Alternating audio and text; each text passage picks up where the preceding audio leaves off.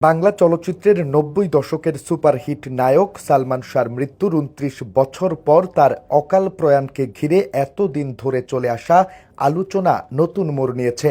প্রায় ৩ যুগ ধরে অপমৃত্যু বলা হলেও এই ঘটনায় হওয়া মামলার রিভিশন আবেদনের রায়ের প্রেক্ষিতে নতুন করে দায়ের করা হয়েছে হত্যা মামলা। রায়ে উল্লেখিত আসামি রেজবি আহমদ ওরফে ফরহাদের স্বীকারোক্তিমূলক জবানবন্দিতে সালমান শাহ আত্মহত্যা করেননি, তাকে হত্যা করা হয়েছে বলে উঠে এসেছে। মিলেছে হত্যার পুরো ঘটনার বিবরণও। জবানবন্দিতে বলা হয়েছে, সালমান শাহকে পৃথিবী থেকে সরিয়ে দিতে কিলার ভাড়া করেন তার শাশুড়ি লতিফা হক লুসি। হত্যার পরিকল্পনা সাজানো হয় রাজধানীর গুলিস্তানের একটি বারে বসে।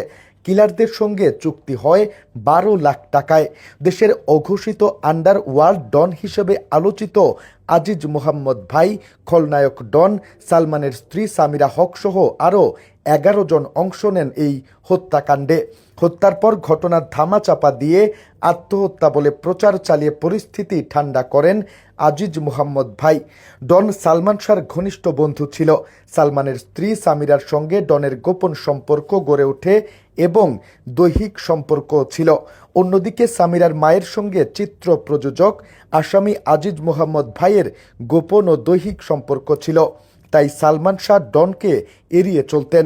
তাই সামিরার মা এবং আজিজ মোহাম্মদ ভাই দুজনে মিলেই সালমান শাহকে শেষ করার ব্যাপারে ডন ও ফারুকের সঙ্গে কন্ট্যাক্ট করেন।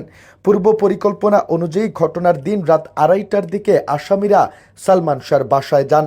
এরপর প্রথমে ক্লোরোফর্ম নাকে চেপে পরে ইঞ্জেকশন পুশ করে সালমান শাহকে হত্যা করেন তার স্ত্রী সামিরা, শাশুড়ি লতিফা হক সহ অন্যান্য আসামিরা।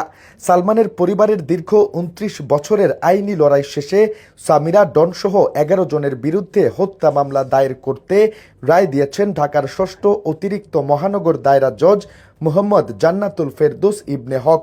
এরই মধ্যে রমনা থানার দায়ের হওয়া এই হত্যা মামলাটি তদন্ত করে আগামী ৭ ডিসেম্বর প্রতিবেদন দাখিলের নির্দেশ দিয়েছেন আদালত। মামলার অন্য আসামিরা হলেন ডেভিড, জাবেদ, ফারুক, রুবি, আব্দুস ছাত্তার, সাজু ও রেজবি আহমেদ ওরফে ফরহাদ।